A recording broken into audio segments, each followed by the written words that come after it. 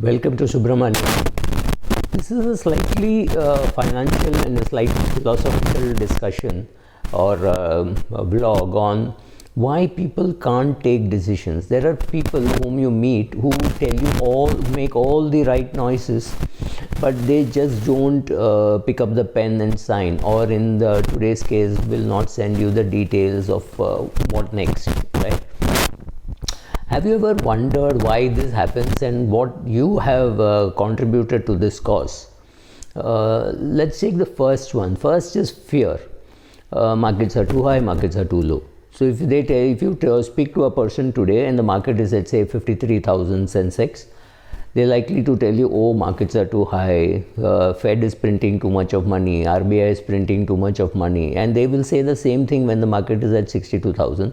Now, let's say the market comes down to 38,000. You think they will say yes? They'll say no, I think it will go even further down. I don't know whether Modi will come back in 2024. Now 2019 is over, 2024 has not yet happened, we are in 2021, almost the midway mark. But they are just trying to find some excuse for doing it simply because they are afraid. Now, the fear could also play as greed, because you may have gone and very conservatively said, sir, I think you should put 70% in debt and only 30% in equity. Markets are high, so here is a fund which is 70% in debt and 30% in equity. Then the prospect will find another amazing set of excuses. No, but here the taxation will be different, this and that. It is greed saying he wants to be more in equity and less in debt. So as an asset allocator, if you think it's your job to do asset allocation, you're again trapped, because you don't know what he wants to hear or what she wants to hear. So this is fear and greed playing out.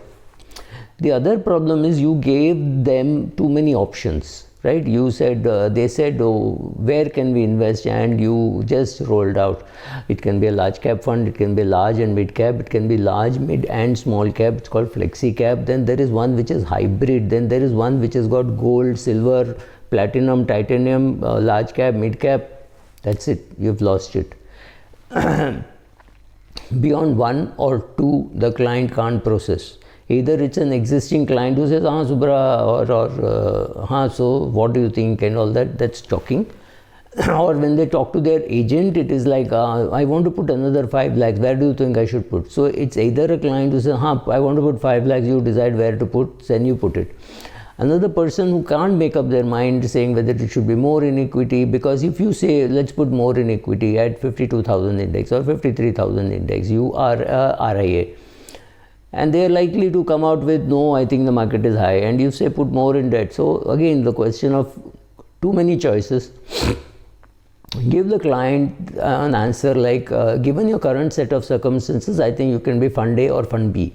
That makes more sense, and then they would pick A or B, or you say, oh, I remember there's one more fund C. That's it.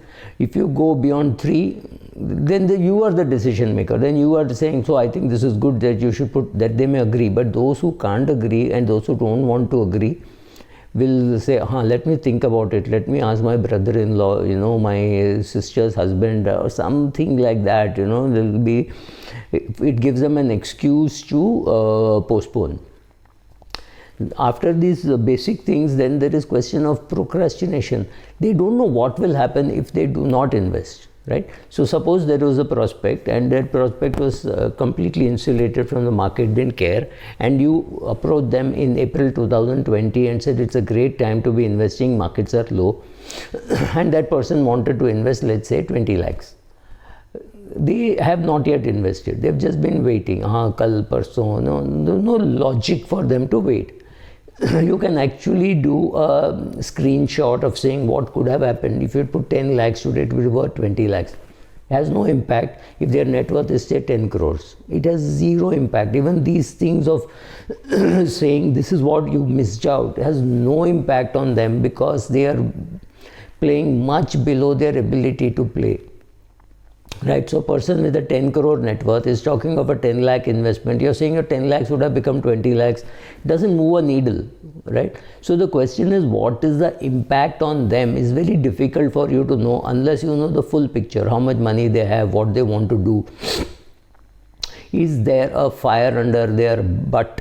saying that if they don't do, something will happen. Same thing for decision making. When I meet corporates, when I meet a corporate and say this is how retirement, this is what should be done, this is how you should be communicating, they all come up with saying, wow, great, fantastic, I think we should do it. But nobody does it, right? Then they will wake up at their own time, simply because you are not their priority.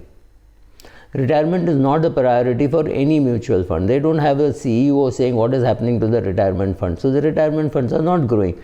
Everybody today wants to launch a flexi cap thanks to iPru collecting 10,000 crores. So everybody wants a 10,000 crore NFO, whatever it could be called, any fund, could be flexi cap, could be sunrise cap, could be sunset cap, doesn't really matter. But yes, that is what people want. So that is their priority. You are taking up a priority which is not their priority. So their priority is, I have some money lying in the bank account. My wife saw it and said, why is 10 lakhs lying in the savings bank account? So he called the agent, and the agent said, these are the 12 options. So that's it. Then the money is lying there for another 3 months, 4 months, 6 months, whatever.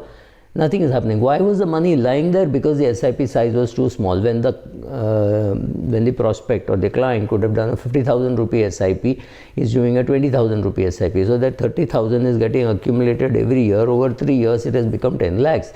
The client has no need for that money, but he mentally thinks he can do only a 20,000 rupee SIP because 50,000 looks very big. One good suggestion for IFAs is to say, or MFDs, is to suggest a scheme of funds which they choose, or an RIA, to say, okay, this is what you can do, this is what a failing SIP will not put you in jail, because many people think of SIP as an EMI. So explaining that could help better, because they're afraid. Now, that accumulation itself should not have happened. If you were a good advisor, you should not have allowed that to happen. But now that you have allowed it to happen, see how to increase the SIP amount rather than trying to say how to invest that lump sum, because that lump sum again is scary.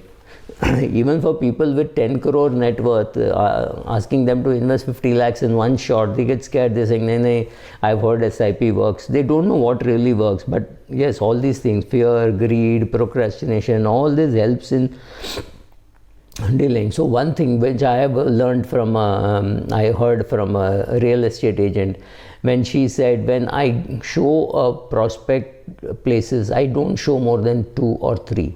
If you show 10, they would like the balcony of the first house, the kitchen of the second house, the front room of the third house.